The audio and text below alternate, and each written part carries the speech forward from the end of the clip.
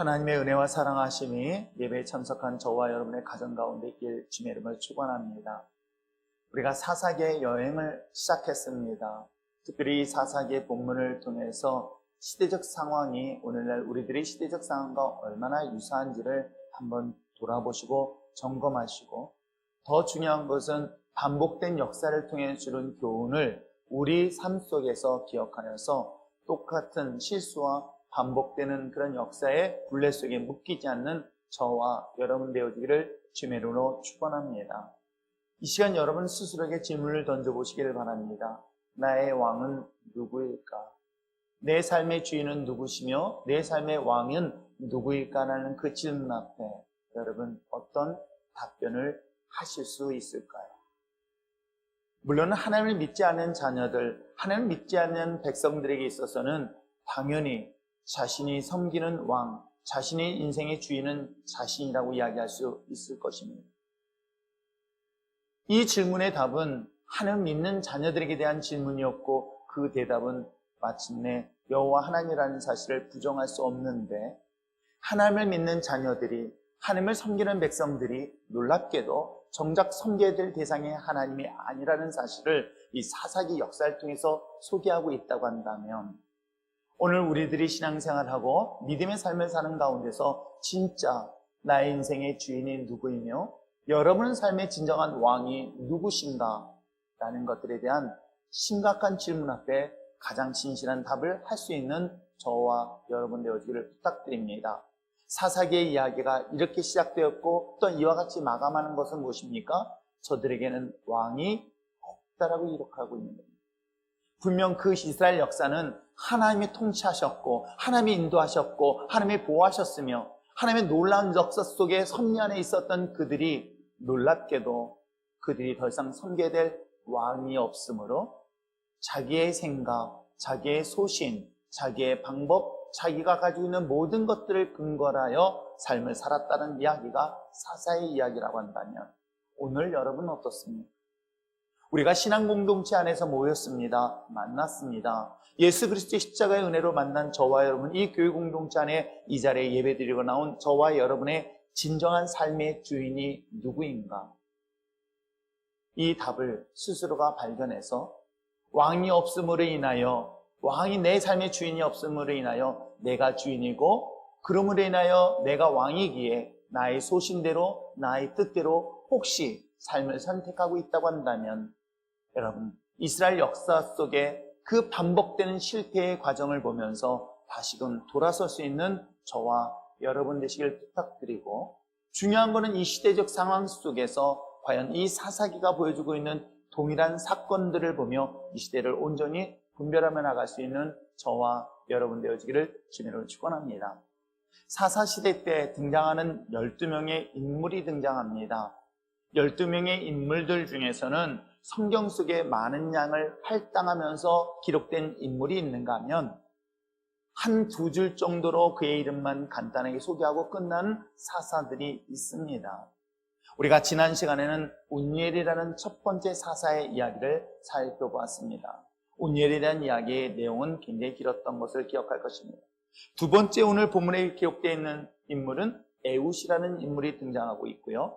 아주 지극히 짧지만 한 절로 소개한 사람이 있습니다. 삼갈이라는 사사를 소개하고 있습니다. 그럼 오늘은 에훗과 삼갈 두 선지자를 살펴보는데, 이 에훗에 대한 이야기는 굉장히 깁니다. 즉 12절서부터 시작해가지고 30절까지 기록된 내용이 나온다고 한다면 이 삼갈은 31절 딱 한 절만 소개하고 있습니다.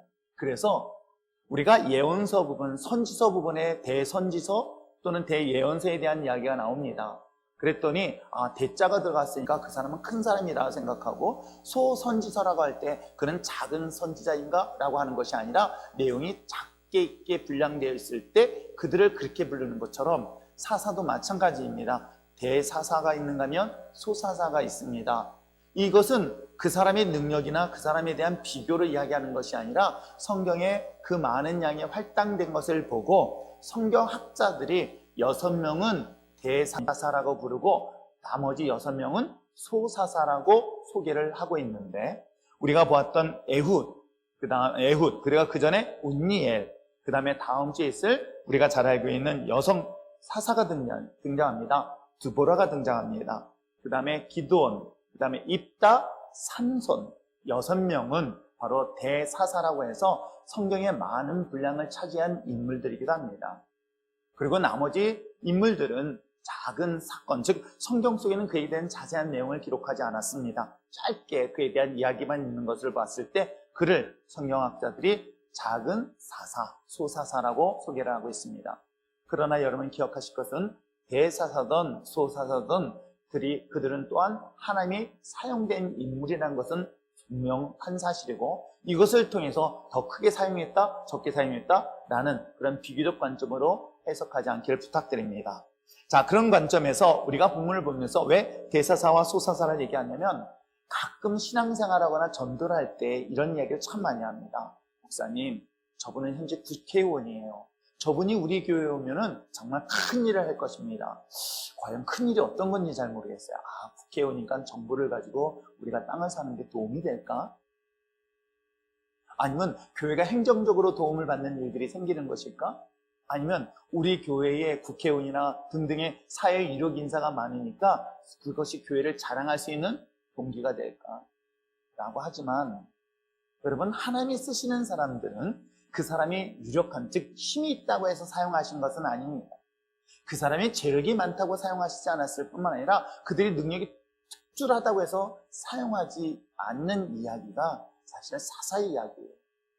지극히 평범한 사람도 하나님의 도구로 사용되어지는데 다만 선한 것을 사용하느냐 악한 것으로 사용하느냐 그 외에는 아무것도 없다는 거예요. 선한 것으로 사용했다, 악한 것으로 사용했다, 능력과 관계없습니다. 그가 가지고 있는 재력 가지고도 상관없다는 것이죠. 오히려 사회적으로 신분상 특별한 능력을 가진 사람들이 기독교인이라는 것 때문에 또 오히려 부정적인 영향을 끼치는 경우가 사실은 더 많아요.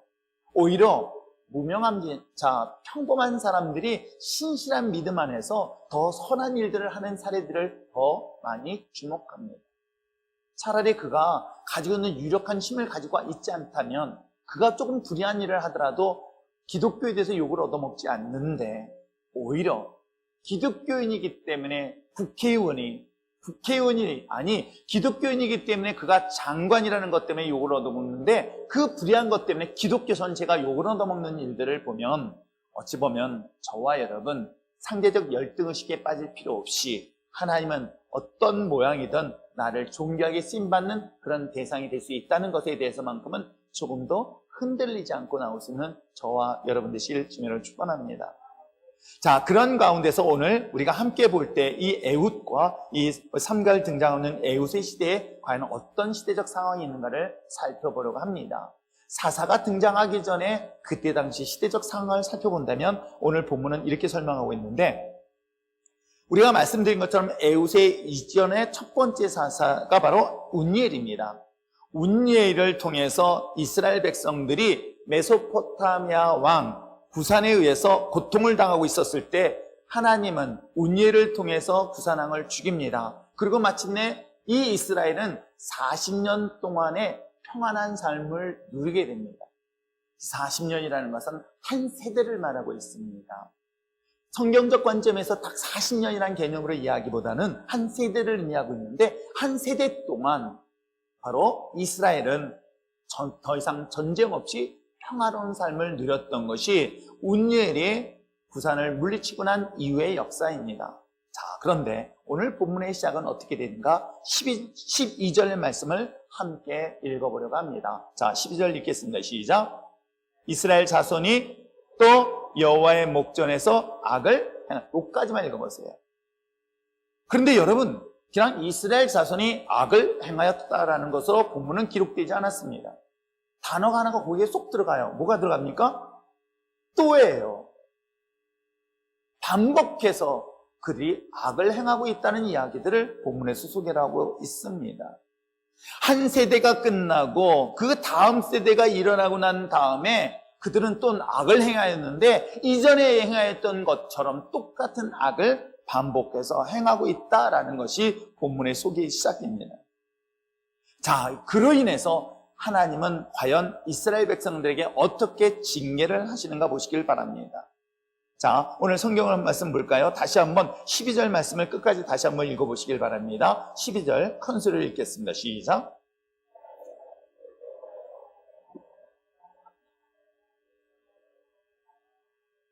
여호와께서 모압 왕 에글론을 강성하게 하사 그들을 대적하게 하시매. 여기 본문을 잘 보시길 바랍니다. 이스라엘 백성들이 또 악을 범했습니다. 그리하니 하나님께서는 악을 범한 그들을 향해서 모압이라는 나라를 사용하십니다.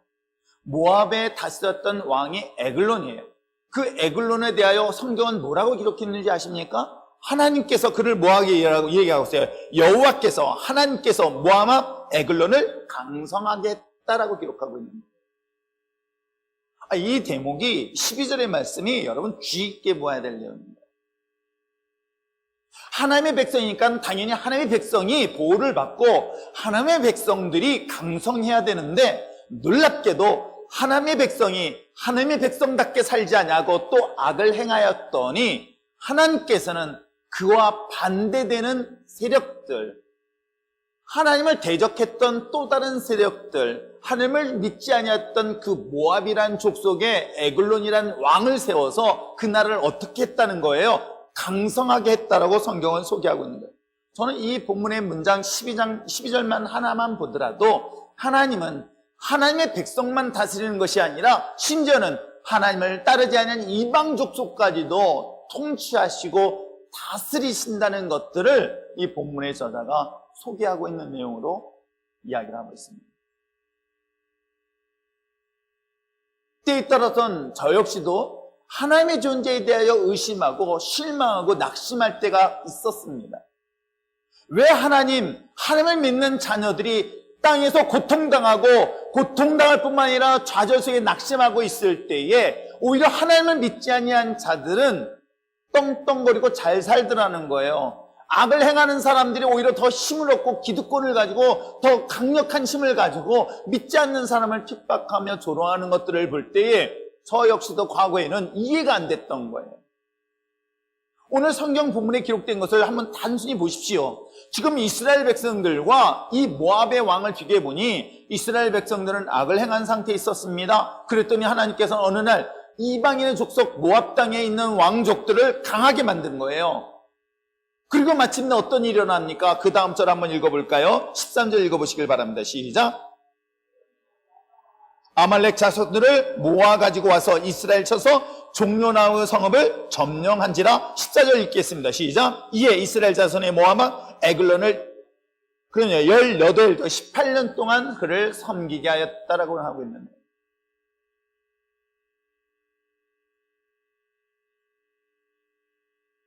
신앙생활하면서, 아니 인생을 살아보면서 여러분의 기억 속에 뭐가 남아있는가 생각해보세요.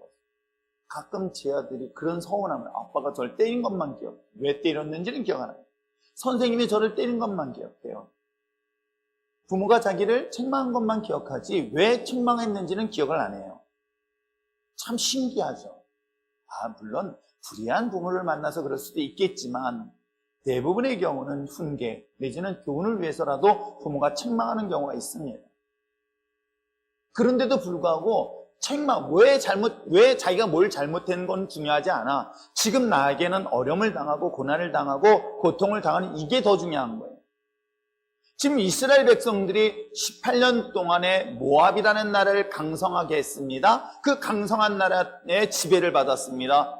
왜 지배를 받았느냐? 그건 중요하지 않아요. 지금 고통당하는 것이 더 중요한 거예요. 근데 놀라운 사실은 하나님의 백성은 하나님이 지켜주실 줄 알았는데도 불구하고 때에 따라서는 하나님이 하나님의 백성을 책망하시기 위한 도구로 이방인들 또한 사용하고 있다는 사실을 성경을 통해서 소개하고 있는 내용이기도 합니다. 이걸 오늘 이 시대 속에서 한번 잘 보시길 바랍니다. 왜 하나님 믿는 자녀들이 세상에서는 조롱을 당하고 왜 불의하고 악한 자들, 하나님 믿지 않는 자들이 왜 더 잘 되는가? 이것을 우리가 한번 좀 생각해 본다면 이걸 통해서 우리들의 신앙이, 우리들의 믿음이 우리들이 하나님 앞에 온전하게 섰는가를 점검해야 되는데 이건 중요하지 않아요. 저 역시도 그 중에 한 사람이었습니다. 이 짧은 본문을 통해서 보여주고 있는 이 모압 땅의 에글론은 분명 하나님의 그를 강성하게 하신 이유가 하나 있었던 거예요. 무엇 때문이었을까요? 바로 또 악을 행하였던 이스라엘 백성이 책망의 도구로 사용하기 위함이었다는 것을 성경을 통해서 이야기를 하고 있습니다. 여러분, 이걸 참 깨닫는다는 것이 얼마나 중요한지를 보여주고 있는 대목이기도 합니다. 아무튼 이스라엘 백성들이 모압이라는 나라, 하나님의 그를 강성하게 해서 18년 동안 통치를 받고 고통을 당하며 조공을 바칠 수밖에 없었던 이유는 그들이 하나님을 떠났기 때문인 거예요. 하나님을 앞에 죄를 범하였기 때문이라고 성경은 분명히 이야기하고 있습니다. 하나님의 백성이, 하나님의 거룩한 자녀가 하나님을 떠남으로 인해서 오히려 하나님을 섬겨야 될 백성이 누구를 섬기고 있습니까? 모압을 섬기고 있는 형태를 드러나고 있는 거예요. 창세기 1장 28절의 말씀을 잘 기억해 보시길 바랍니다. 태초에 하나님께서는 인간을 창조하실 때 하나님의 형상으로 지으셨습니다. 그리고 형상으로 지음받은 저와 여러분의 주신 축복이 뭔지 아십니까? 생육하고 번성하고 땅에 충만하고 이 땅에 있는 모든 것들을 뭐예요? 다스리라는 거예요. 즉 하나님의 형상으로 지음받은 인간은 오직 하나님만을 섬기고 세상은 내가 다스릴 수 있는 권세와 능력이 누구에게 있다는 거예요? 저와 여러분에게 있다는 거예요. 그런 우리가 하나님 앞에 악을 행하였다는 겁니다. 하나님을 떠났다는 겁니다. 하나님을 믿음에서 내 마음에서 멀리 떠났다는 거예요.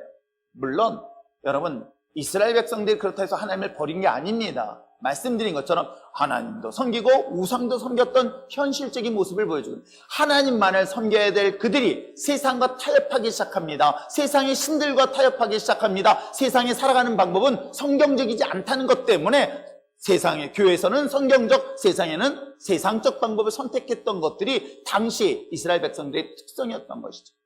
그건 이미 처음 시작할 때 여러분에게 그렇게 말씀을 드렸던 내용이다. 그랬던 그 결과 어떻습니까? 하나님께서 생육하고 번성하고 땅에 충만한 이 땅의 모든 걸 다스리는 하나님의 백성이 하나님을 섬기지 않았더니 반대가 되는 거예요. 내가 세상을 다스리는 것이 아니라 세상이 지배를 받는 내용이 오늘 성경 본문에 기록되어 있습니다. 하나님의 백성들은 하나님을 섬길 때 하나님은 그 땅에 평안을 주셨습니다. 하나님의 백성들이 하나님을 온전히 섬길 때 그 땅을 승리의 결과를 맺게 했습니다. 그런데 그들이 세상을 타협하고 세상을 따르던 순간부터 어떤 결과를 가져다 주었을까요? 하나님을 믿고 하나님을 섬긴 그들이 대신 세상을 섬기게 되었고 세상을 따르게 되었고 그것이 모압을 세상으로 본다면 그 모압을 섬김으로 인하여 받는 고통이 말할 수 없는 고통으로 다가오고 있는 내용이 이들의 상황이었다면 오늘 우리는 어떤가를 잘 생각해 보시기를 바랍니다. 지금 등등의 사회적 또 경제적 또 시대적 여러 가지 어려움의 상황 속에 처해 있었을 때에 이것을 허락하시는 하나님께서 왜 오늘 우리들에게 이런 어려움을 주고 있을까를 잘 생각해 보시기를 바랍니다. 하나님의 백성들이 온전히 하나님을 섬기고 있는 것을 다시 한번 돌아볼 수 있는 저와 여러분 되시길 바랍니다. 또한 한국교회가 정말 온전히 하나님만을 의지하고 바라보고 있는 것을 다시 한번 돌아볼 수 있는 시간이 되지 아니한다면 놀랍게도 이 세상의 지배 속에 모압의 왕으로부터의 지배가 자그마치 18년 동안 될 수 있다는 것을 성경은 우리에게 소개를 하고 있습니다. 이게 바로 이때 당시 시대적 상황. 자, 그렇다면 이스라엘 백성들이 비로소 하나님 앞에 부르짖었을 때에 하나님은 어떤 방법으로 구원하셨으며 구원했던 그 인물들이 누구인가를 오늘 본문을 통해서 살펴보려고 합니다. 먼저 오늘 15절에 등장하는 인물이 있지요. 자, 15절 말씀 한번 읽어볼까요? 읽겠습니다. 시작. 이스라엘 자손이 여호와께 부르짖음에 여호와께서 그들을 위하여 한 구원자를 세우셨으니 그는 곧 게라의 아들 왼손잡이 에훗이라. 여기까지만 읽으셔도 됩니다. 자, 여기서 등장하는 사람이 베냐민 사람 게라의 아들 왼손잡이 에훗. 근데 여기에 특별한 단어가 하나 탁 껴들어가요. 뭐예요? 왼손잡이라는 단어를 탁 집어넣고 있는 거예요. 굳이 본문의 저자가 이 왼손잡이를 집어넣었을까? 또 하나 옵니다. 31절 말씀은 또 한번 읽어볼까요? 31절 읽겠습니다. 시작. 다시 한번 전체 한번 읽어주시길 바랍니다. 시작. 삼갈이 있어 소문은 막대기로 블레셋 사람 600명을 죽였고 그도 이스라엘을 원했다라고 기록하고 있어요. 여기서 등장하는 사람이 있었죠? 에훗과 삼갈 두 사람의 이름이 등장합니다. 그렇다면 과연 이들은 누구인가를 살펴보려고 합니다. 에훗, 너는 누구냐?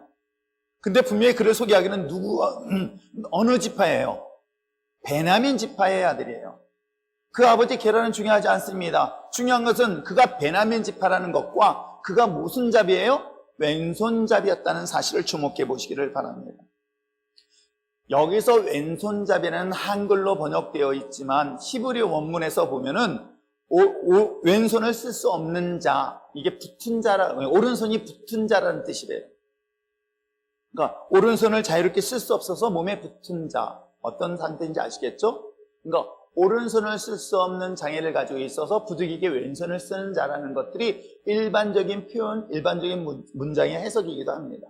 그래서 신학자들은 그는 오른손에 장애를 가진 왼손잡이라고 이야기를 합니다. 그런데 사사기를 보면은 또 다른 학자는 그렇지 않을 것이라고 이야기하고 있는 내용이 나와요. 왜냐하면 사사기 20장에 보면은 또 하나의 베냐민 지파가 나오는데 그때 당시에 약 700명의 용사가 등장하는데 이 700명이 다 왼손잡이라고 소개하고 있어요. 그러면 700명이 다 오른손을 못 쓰는 장애인들을 모아서 용사를 만들었을까? 라고 한다면 이건 조금 더 귀찮은 거예요. 그래서 일부 학자들은 그래 오른손이 불편하여서 왼손밖에 쓸 수 없는 그런 불편한 장애인이었을 것이다 라고 하는 자들이 있는가 하면 그렇지는 않다. 전형적으로 오른손보다 왼손을 잘 쓰는 사람일 것이다 라고 해설합니다. 그런데 중요하지 않습니다. 왜냐하면 베냐민이라는 단어의 의미가 더 중요한 거예요. 왜? 여러분 베냐민이라는 건 어떤 뜻이냐면 오른손을 잘 쓰는 자.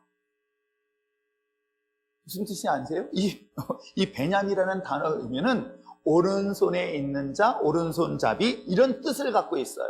그렇다면 이 베냐민 지파에 왜 이름을 이렇게 넣는가 생각해 보면 그들은 특별히 오른손에 힘을 가진 자들이라고 이해해도 큰 무리 없는 그 지파의 사람들인 거예요. 오른손을 잘 쓰고 오른손의 아들들이라고 얘기하고 있는 이 표현 속에 왼손을 쓴다는 것은 여러분 우리나라 저희 어렸을 때만 해도 이게 저한테 훅 다가왔어요. 왜요? 제가 어렸을 때요 왼손잡이 친구가 있으면요 그 아버지들이 부모님들이 굉장히 혼을 냈던 기억이 나요.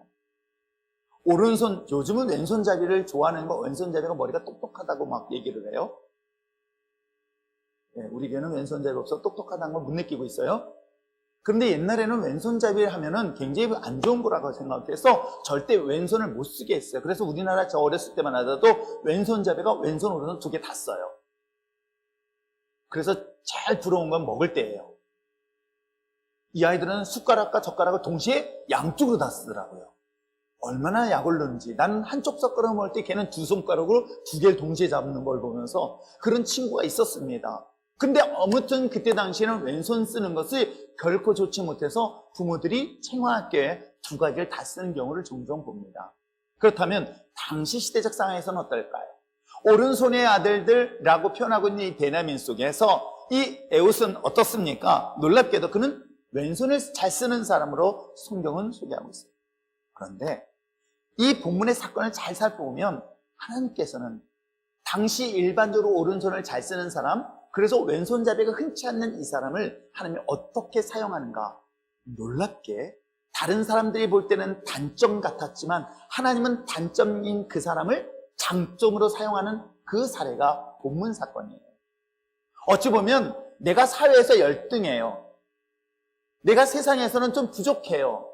내가 세상에서는 연약한 모습이 있지만 나는 잘할 수 있는 것이 별로 없지만 그런데도 불구하고 하나님께서 사용하실 때는 그 사람이 가지고 있는 단점도 장점으로 사용할 수 있다 없다? 있다는 내용이 오늘 본문에 소개하고 있어요.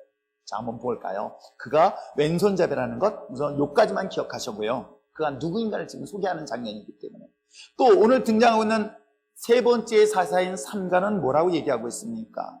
그는 뭐라고 설명하고 있냐면 아낫의 아들 삼가. 그 아낫 지파 이름도 없어요. 그렇잖아요. 에훗은 베냐민 출신인 거예요. 그럼 12지파, 즉 유대의 혈통을 가진 인물인 건 틀림없어요. 근데 삼갈은 누구 지파라는 말이 없어요. 그냥 아낫의 아들. 근데 이 아낫이라는 인물에 대하여 연구를 해본 학자들의 이야기인 거예요. 뭐냐면 이 학자들은 일반 이 고대 근동의 문헌들을 보면서 이들에 대한 성경적 추적을 합니다. 그 중에 하나가 누지문서라는 게 있어요.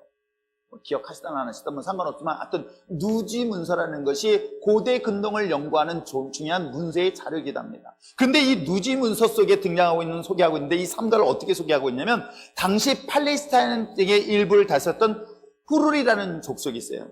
몰라도 돼요. 이거 기억 안 하세요? 후룰이라는 족속 속에 등장하고 있는 인물로 소개하고 있는 거예요. 그러면 여러분 12지파의 후룰이라는 인물은 등장하지 않습니다. 그러면 이들이 누구일까? 여러분 출애굽할 때 이스라엘의 유대의 전통적 혈통을 가진 자들만 나온 것이 아니라 놀랍게도 그들 속에 누가 합류했는지 아십니까?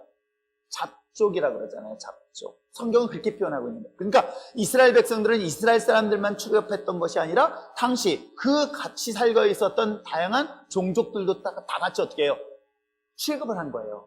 그리고 그들은 어디 갑니까? 가나안 땅에 같이 도착하라는 거예요. 그래서 신명기 말씀을 보면 하나님께서 전쟁을 치를 때에 어떻게 이야기를 하고 있느냐? 반드시 그 땅에 살고 있었던 7 족속은 남김없이 죽이라고 명령합니다. 그러나 그 속에 있는 또 다른 족속들이 있어요. 그 뭐냐면 후대에 의하 합류해서 나중에 들어간 사람들이 있어요. 그 사람들은 싸울 때에 그들과 화평의 관계를 맺으면 전쟁을 치르지 말고 그들과 형제 관계를 맺으라고 하는 내용이 나옵니다. 그것으로 본다면 여기에 등장하고 있는 아낫의 자손, 아낫의 아들인 삼갈은 성경 속으로 본다면, 누지문서를 통해서 본다면 그는 혈통적으로 유대인 출신이 아니에요. 그러면 뭐예요? 이방인 출신이었던 거예요. 그 이방인 출신이었는데 그 출신은 뭐였습니까? 놀랍게도 뭐 가지고 싸워서 이겼습니까? 블레셋 사람들을? 네, 소모는 막대기가 뭔지는 전혀 모르겠어요. 소 몰아보신 분, 자, 막대기 뭘 들고 다니십니까? 안 들고 다니죠? 저도 소 무는데 막대기 들고 다니는 건 못 봤어요. 줄은 끌고 다니는 건 내가 본 적이 있어요. 그런데 뭔지 모르겠지만 막대기를 들고 다니는 거 보니까 아마 설마님 이만한 몽둥이 들고 다니지는 않았을 것 같아요. 아무튼 조그만 몽둥이를 들고 다니면서 소를 몰고 다녔던 사람. 그렇다면 그 사람의 직업이 뭘까? 목축업이었을까? 농업이었을까? 사실은 등장하는 짐승으로 본다면, 소로 본다면 그가 농업 쪽에 가까운 인물이었을 것이라 얘기합니다. 더 이상 설명이 없으니까. 그렇다면 여러분 잘 보세요. 하나님이 이스라엘의 위기를 만나고 어려움을 만날 때 사용했던 사람은 당시에 평범했던 오른손잡이가 아니라 왼손잡이였던 에훗이라는 인물을 사용했습니다. 또 하나, 그는 이방인이었습니다. 유대인도 아니에요. 그 가문도 볼 것도 없는 그런 평범한 한 이방인 출신인 거예요. 근데도 놀랍게도 하나님의 구원 계획 속에서는 이방인도 사용하셔서 쓰임받았던 내용이 본문 내용이다. 그래서 저는 이걸 보면서 하나님의 선택하여 쓰임받는 사람들은 특별한 신분이나 능력이나 어떤 계층이 아니라는 것들을 성경은 소개하고 있습니다. 다만 선하게 사용하였느냐 악하게 사용하였느냐라는 것 차이뿐이에요. 우리가 성경 속에 등장하고 있는 에훗이나 삼갈은 하나님의 선한 목적으로 사용한 가장 지극히 평범한 사람들이에요. 그러나 하나님은 악한 것을 사용했던 것은 모압의 에글론이었던 것 뿐이에요.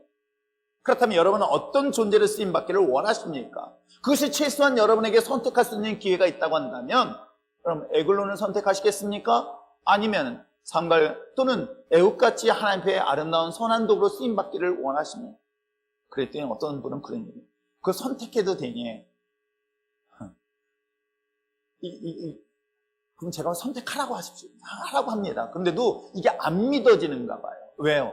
내가 지금까지 내 인생을 돌아보니 어느 누구도 자기를 선택하지 않았어요.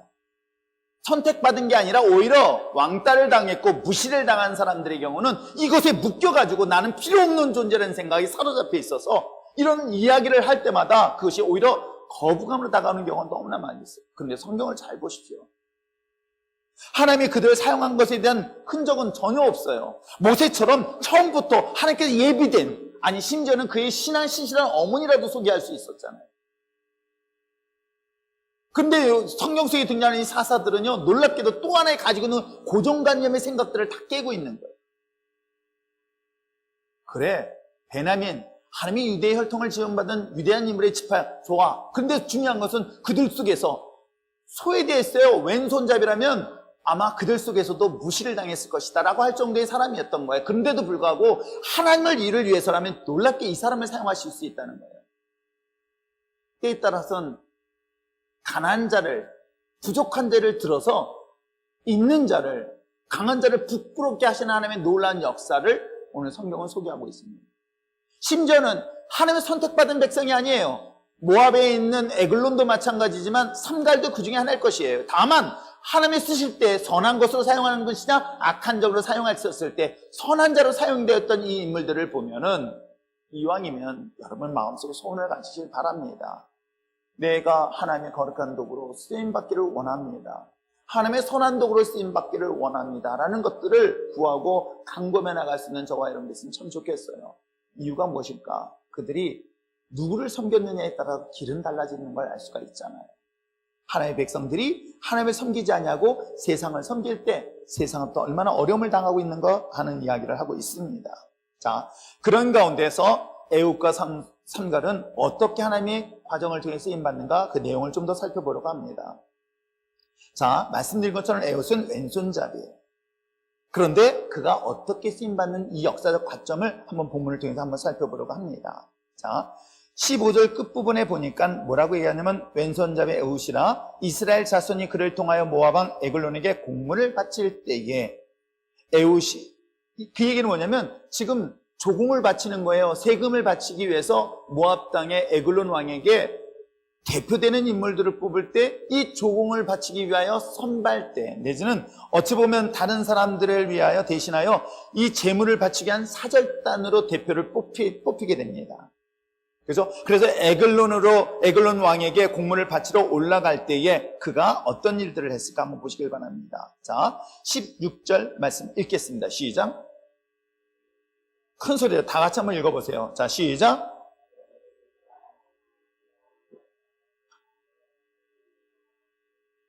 자, 16절에 에웃이 길이가 약 한 규빗이라는 것은 규민이 아닙니다. 우리 집 손자. 규빗이라는 것은 팔꿈치에서 요까지 오는 거리예요.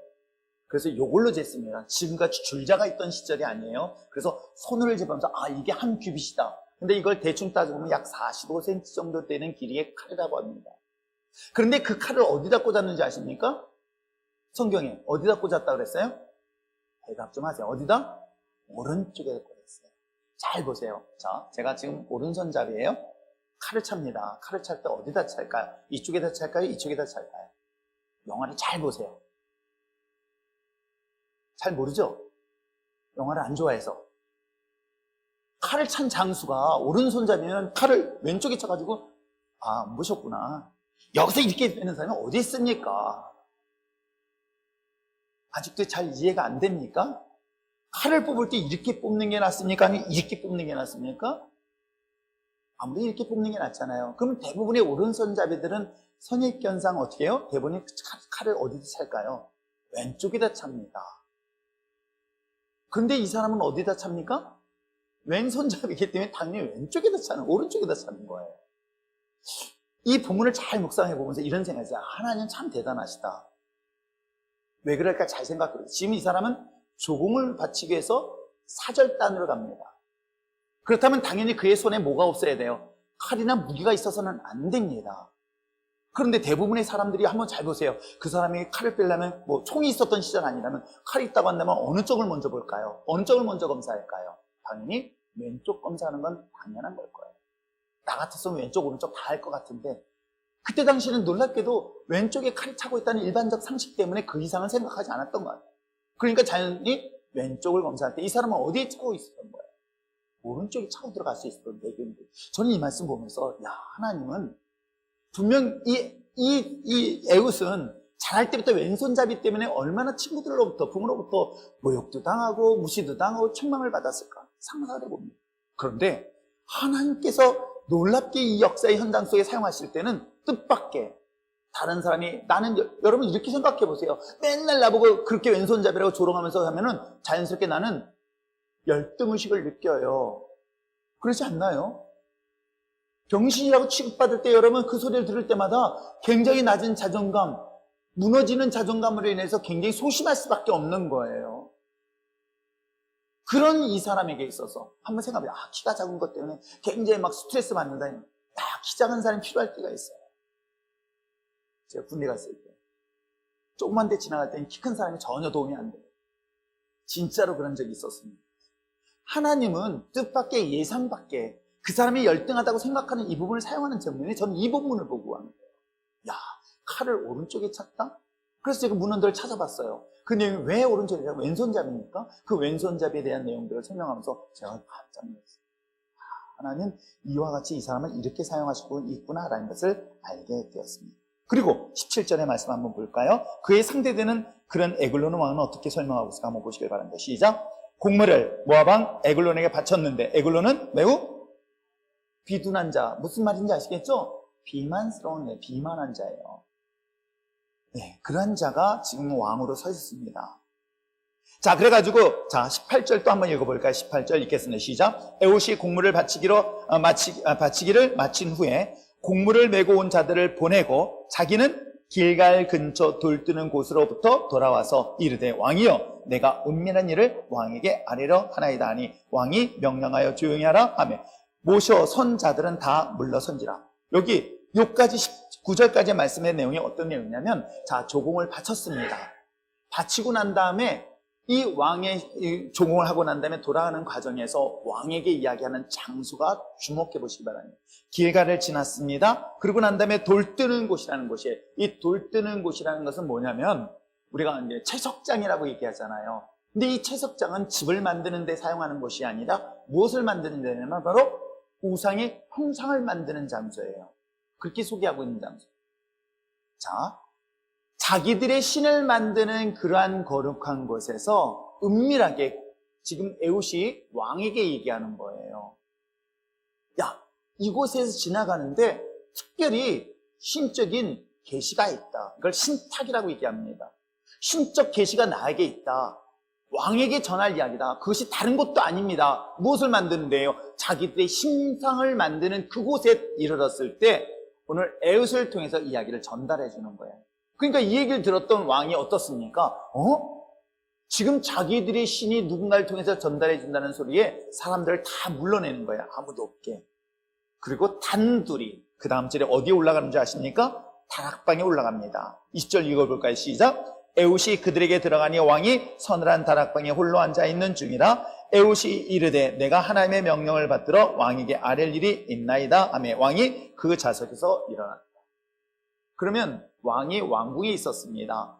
지금 자신이 지금 고향으로 돌아가는 가운데 돌을 깎는 곳, 즉 우상을 만드는 그곳에서 신탁, 즉 신의 소리를 들었습니다라고 그들의 나라의 부하들에게, 모압 왕의 부하들에게 이야기를 합니다. 그 얘기를 듣고 자기들의 신이 특별한 계시가 있음을 왕에게 전달했고 그것을 들은 왕이 이 에봇을 불러드립니다. 근데 여기서 이 다락방이라는 것은 2층을 얘기하는 거예요.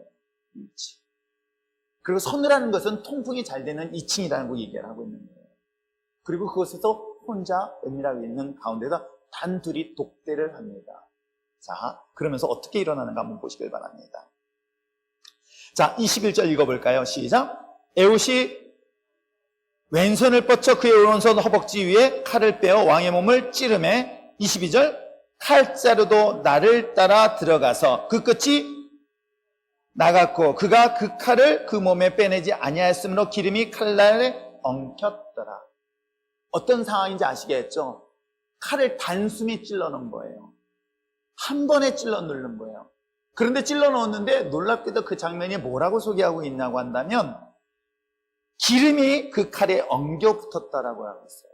그래서 여기서 기름이라는 것은 아까 비둔한 자이기 때문에 기름이 있을 것이다 라는 내용이 아니라 이 기름이라는 단어는 히브리 원문에는 사실은 대변이에요. 무슨 말인지 아시겠어요? 그러면 칼이 어디를 찔렀는지 아시겠죠? 배를 찔렀던 거예요. 그리고 배의 창자에 있는 대변들이 흘러나온 거예요. 이런 상태로 여러분 본문을 소개하고 있는 거예요. 그러면서 어떻게 왜 이것이 이렇게 자세하게 설명하고 있는가 그 다음 절을 보시길 바랍니다. 22절에 에봇이 현관에 나와서 다락문을 뒤로 잠그고 도망갑니다. 24절 말씀 한번 읽어볼까요? 24절 읽겠습니다. 시작. 에봇이 나간 후에 왕의 신하들이 다락문들이 잠겼음을 보고 이르되 왕이 분명히 서늘한 방에서 그의 발을 가리우신다. 이 발을 가리운다는 건 어떤 상태를 말하냐면, 예를 생각해 보세요. 이렇게 바지를 입었습니다. 바지를 입었는데 어딜 갑니까? 예, 화장실 갑니다. 혹시 바지 입은 채 앉아 계신 분 없을 거예요. 치마 입으신 분 어떻게 합니까? 내립니다. 내렸더니 어떻게 해요? 발을 덮죠. 이 장면을 얘기하고 있는 거예요. 근데 왜 이런 장면이 나올까요? 말씀드린 것처럼 에훗이 한 번에 칼을 찔렀는데 그것이 창자를 뚫고 지나간 거예요. 그러다 보니까 그 창자 안에 있는 배변까지 나온 거예요. 그러다 보니까 어때요? 냄새가 진동을 하고 있네. 피 냄새가 아니라 대변 냄새가. 그러니까 왕의 신하가 안에 문이 잠겼는데 이 잠긴 문을 두들겨 보니까 냄새가 나는 거야. 무슨 냄새가 나요? 대변 냄새가 나는 거예요. 그래서 왕의 신하들이 뭐라고 생각했냐면, 지금 왕이 볼일을 보고 있습니다. 그래서 기다리자라고 하는 내용이에요. 그 시간을 왜 벌었을까? 그것이 바로 에훗이 왕궁을 벗어나서 안전한 데까지 이를 도망갈 수 있는 시간적 여유를 주고 있는 내용으로 본문을 소개하고 있는 거예요. 자, 왼손잡이가 가지고 있던 오른쪽에 찬 칼. 그가 왼손잡이라는 것 때문에 하나님은 교묘하게 이 칼을, 흉기를 감출 수 있도록 하나님께서 놀랍게 역사하셨고, 심지어는 그가 도망갈 수 있도록 창을 배에 찔러서 그와 같은 상황과 환경을 열어주는 이 놀라운 일들. 이것은 무슨 에훗이 계획하고 있겠습니까? 놀랍게도 이 모든 것들을 디테일하게 하나님이 계획하시고 인도하신 것들을 볼 수가 있습니다. 자, 그런 가운데 그가 에훗이 피하여서 시리아로 도망갔고 에브라임 산지라서 나팔을 불면서 이스라엘 백성들을 부르면서 얘기를 합니다. 자, 이제 하나님의 증거하여 보여주신 것이 있다. 모압에 있는 에글론의 왕이 죽었다. 하나님이 함께 하셔서 그를 죽였으니 이 전쟁을 나오면 반드시 승리할 것이다 라고 해서 에브라임 산지에서 이스라엘 백성들을 나팔을 통해서 동원령을 일으킵니다. 그리고 마침내 이 전쟁을 승리케 하게 되어지죠. 그렇잖아요. 그런 내용이 나옵니다. 요단강에 있는 그곳을 건너가는데 한번 잘 보세요. 그곳을 따라가는 이 백성들에게 어떻게 이야기하고 있을까? 한번 볼까요? 어디 있을까요? 오케이. 28절 말씀 한번 읽어보시기 바랍니다. 28절 읽겠습니다. 시작. 그들이 이르되 나를 따르라 여호와께서 넘겨주셨으니 라 하매 무리가 에훗을 따라 내려가 모압 맞은편 요단강 나루에 장악하여 한 사람도 건너지 못하게 하였고 그때 모압 사람 약 1만 명이 죽었으니 모두 한 사람도 도망하지 못하였다. 이런 역사로 끝이 납니다. 얼마나 놀라운 역사를 하나님께서 인도하신지를 아주 디테일하게 보여주고 있는 내용이 본문 내용이다. 그로 인하여 놀랍게도 오늘 본문에 등장하고 있는 이 사사의 경우는 몇 년 동안에 30절에 있는 것처럼 2세대에 이르러서 평안을 이뤘다라고 기록하고 있습니다. 그거 보면 에훗이 한 이 전쟁의 역사는 다음 세대까지도 얼마나 큰 영향을 미쳤는가라고 보여주고 있는 내용이 본문 내용이기도 합니다. 에훗은 이스라엘 사절단으로 선발된 인물이었다고 한다면 삼가는 말씀드린 것처럼 소문은 막대기로 블레셋 600명을 죽이고 마침내 그곳에서 구원을 이뤘던 인물. 자, 하나님이 그들을 어떻게 사용했는가를 역사를 통해서 자세히 설명하고 있다면 이것을 통해서 오늘 우리에게 주는 메시지가 과연 무엇일까요? 이 주는 메시지가 무엇일까? 첫 번째는 시대적 상황과 환경을 통해서 자신의 신앙, 자신의 믿음을 점검하라는 것. 이스라엘 백성들이 모압 에글론에서 몇 년 동안 섬겼는지 아십니까? 18년 동안 섬겼습니다. 메소포타미아 왕 구산왕에는 8년 동안 지배를 받았습니다. 참 안타까운 현실인 거예요. 지금 이 시대적 상황을 우리가 정확히 구분하지 못하고 분별하지 못하면 지금 여러분의 처한 환경의 어려움은 언제까지 될까요? 18년이 갈 수도 있다는 거예요. 그들은 분명 이 모압으로부터 공격을 당하고 지배를 받아서 18년 동안 고통을 당할 때 왜 그들은 한 번도 하나님 앞에 먼저 부르짖지 않고 있느냐는 것이겠죠. 참을만 하다는 거죠. 지금 이 시대도 마찬가지 아닐까요? 지금 내가 아직까지 버틸만해, 견딜만해, 이겨낼만해 할 때 하나님이 이 환경에 어려움을 주고 있는 이 사인을 우리가 깨닫지 못하고 있는 거예요. 이런 환경이 아직까지 버틸만 하니까 1년, 2년, 3년 하다 보니까 18년이 지난 거야. 그러면 18년 다 지나고 나니까 더 이상 버틸 힘이 없는 거예요. 최악의 상황이 이르러서야 비로소 하나님을 부르짖는 장면을 성경은 소개하고 있습니다. 왜 그럴까요? 전 영적 게으름, 영적 부지 때문은 아닙니다.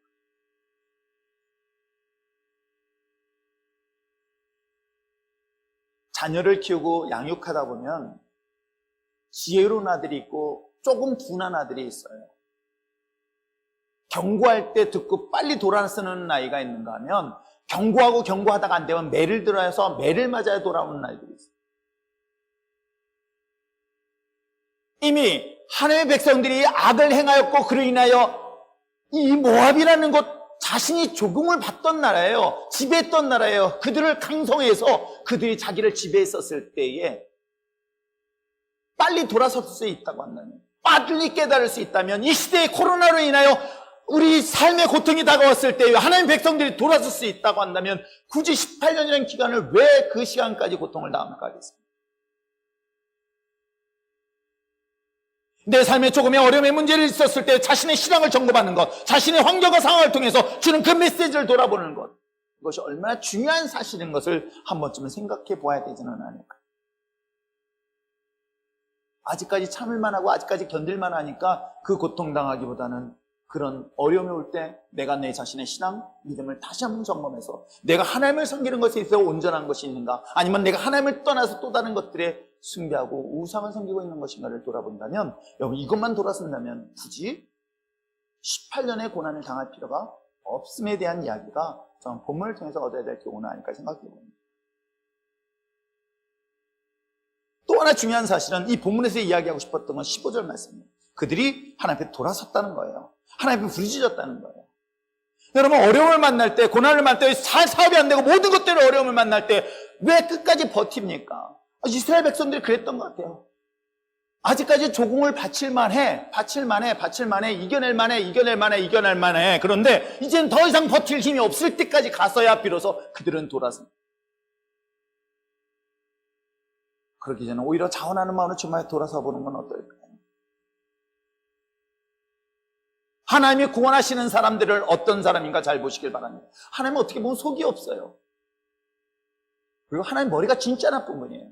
왜 그런지 아십니까? 하나님 이전 것을 기억하지 않는데, 조금 전까지 너희들이 잘못한 걸 기억하지 않으신다고 얘기하시는 거예요. 우리는 뒤끝이 있잖아요. 너 옛날에 아버지가 옛날에 능력이었어, 옛날 것만 따지고 있지만 하나님이 기억하지 않는 거예요. 지금 이 시간 여러분들이 잘못한 거 돌아서는 순간 하나님 잊어버리신 거예요. 그런 자들을 지금 구원하시는 거예요. 그들은 또 악을 행했어요. 그리고 앞으로도 또 악을 행할 걸 아셔요. 근데도 불구하고 15절에 말씀하신 것처럼 그들이 돌아와서 하나님 앞에 부르짖었더니 하나님은 또한 이와 같이 구원의 역사를 허락하신다.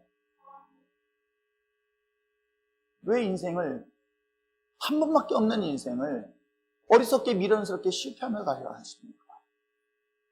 하나님의 백성들은 이미 세상 가운데 이미 승리하였다, 이겼다, 내가 세상을 이겼다라고 말씀하시고 있는데 왜 그 이김을 누리지 못하고 세상에서 매일같이 쥐어 터지면서 살아가고 있어요? 하나님께 돌아서십시오. 여러분의 시선을 하나님을 향하여 가십시오. 반드시 그 승리의 열매는 여러분에게 있을 줄 믿습니다. 지금 이야기를 하고 싶은 거예요. 마지막으로 볼 수 있는 교훈은 뭘까요? 시대적 환경 상황에 대해서 여러분들이 여러분의 신앙을 점검하고 주님 앞에 돌아설 수 있다고 한다면 마지막으로 볼 수 있는 것은 하나님이 나에 있는 모습 그대로 사랑하시며 사용하신다는 것을 성경은 말하고 있어요.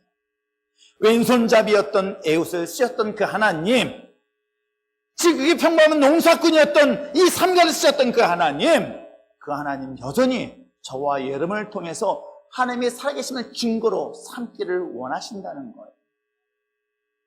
시대가 어렵고 상황이 어려울 때 여전히 하나님의 자녀들은 그 속에서 거룩하게 구별시키는 것 여러분 아십니까?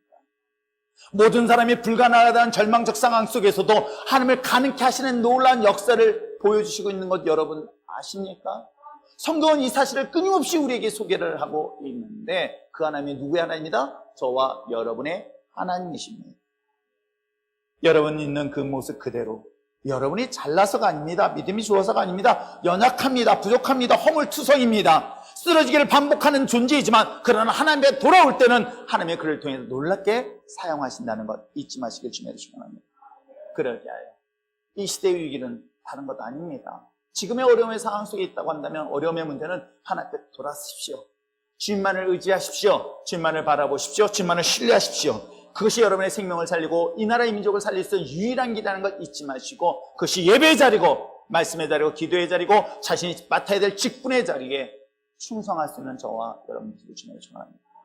그리한다면 여전히 주님께서는 여러분을 포기 못하시고 마지막 구원의 통로로 쓰이시기 위한 놀라운 역사가 여러분 한국교회에 있기를 주님을 축원합니다. 기도합시다.